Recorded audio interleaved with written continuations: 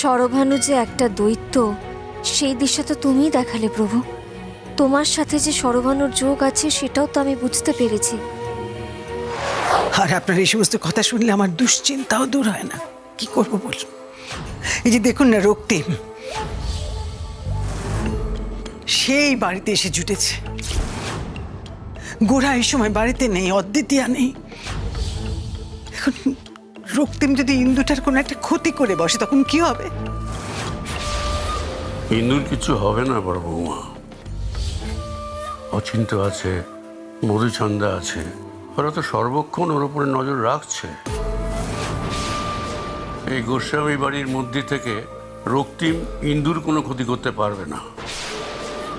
প্রভু মাথার উপরে আছেন, তিনি আমাদের সরল নিষ্পাপ ইন্দুর কোনো ক্ষতি হতে দিতে পারবেন না। তার উপরে ভরসা রাখো বড় বৌমা,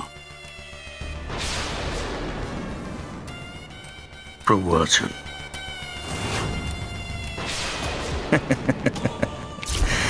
খুব কনফিডেন্স না তোমাদের? প্রভুর ওপর খুব ভরসা। কিন্তু আমি কি করতে পারি আর না পারি সেটা আস্তে আস্তে তোমরা সব টের পাবে বুড়ো। একবার যখন এই বাড়িতে ঢুকে গেছি তখন দেখো, শুধু দেখো ওই বাড়িকে আমি কিভাবে অপবিত্র করে দিই। একটু পরেই তোমরা টের পাবে রক্তিম আসলে কি জিনিস।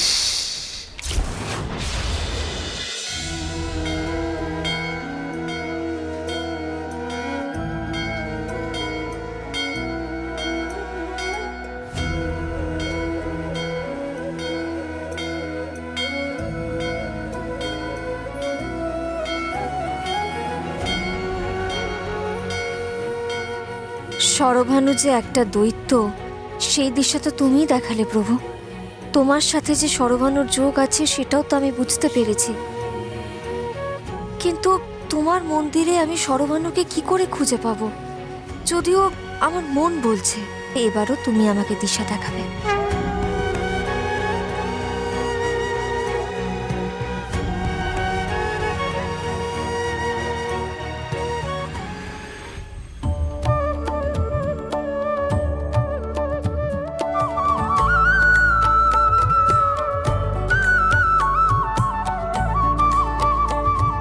শ্রীকৃষ্ণ গোবিন্দ হরে মুরারি, হে নাথ নারায়ণ বাসুদেব।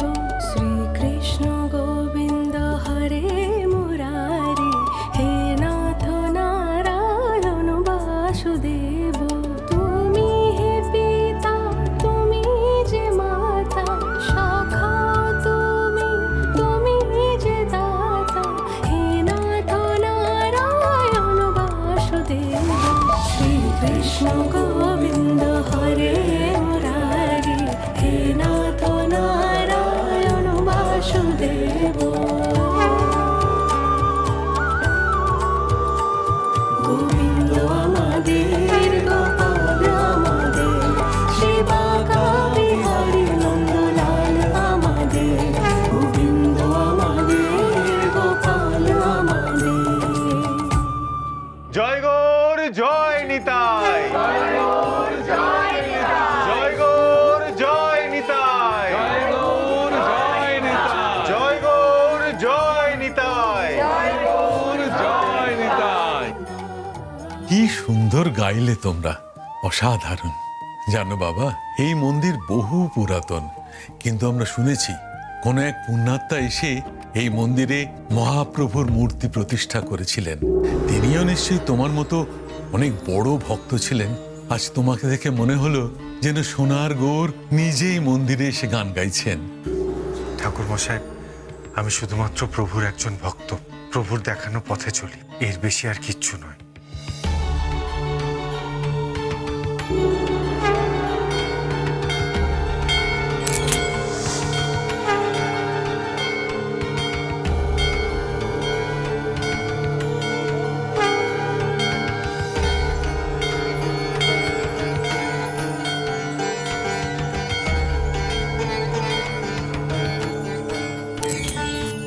আচ্ছা বাবা, তোমরা ঠিক কি খুঁজতে এসেছো বলো তো? সকালেও বলছিলে মন্দিরের গায়ের খোদাই করা কি একটা খুঁজতে এসেছো। আসলে ঠাকুরমশাই, আমরা আমাদের পূর্বপুরুষের লেখা একটা বই থেকে এই চক্রধরপুরের মন্দিরটার কথা জানতে পেরেছি। আর শুধু এই মন্দির নয়, এমনকি ওই পিনাকপুরের মহেশ্বর মন্দির আর ঝাউখালির ব্রহ্মা মন্দিরের কথাও জানতে পেরেছি।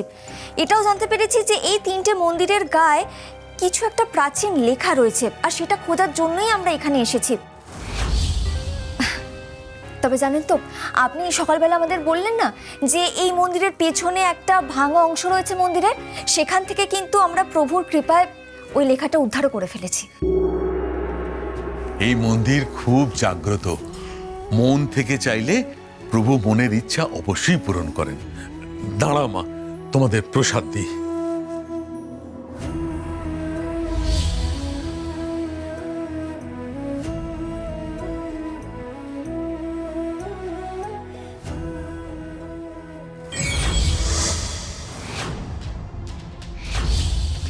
জি জি, একবার এসো। কি হয়েছে অদ্বিতীয়া? বলছি, ওই দেখো, ওই শিলাটার উপরে একজোড়া পা দেখা যাচ্ছে বলে মনে হচ্ছে না? তাই তো।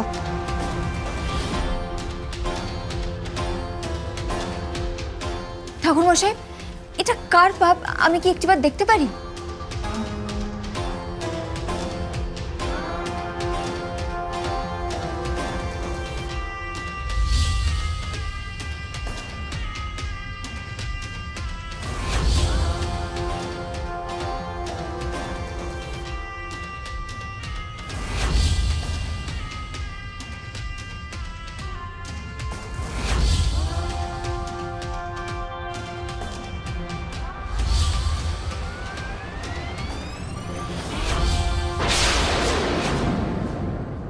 মাথা ছাড়া ধড়, এভাবে শিলার উপর খোদাই করা? হ্যাঁ বাবা, এটা কেতুর ধড়।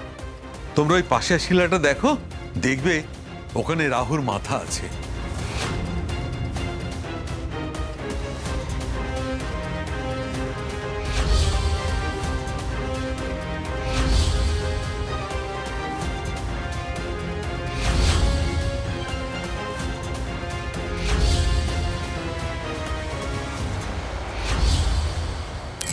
অমৃত যখন ষড়ভানুর গল দিয়ে নামছে, তখন ভগবান বিষ্ণু তার সুদর্শন চক্র দিয়ে ষড়ভানুর ধর আর মাথা আলাদা করে দেন। যেহেতু অমৃত তার গলা দিয়ে নেমেছিল, তাই মাথা থেকে ধর আলাদা হয়ে গেলেও তার মাথাটা বেঁচে থাকে, আর মাথাটা হয়ে যায় রাহু আর ধর হয়ে যায় কেতু। রাহু আর কেতু, তার মানে আসলে শরভানু।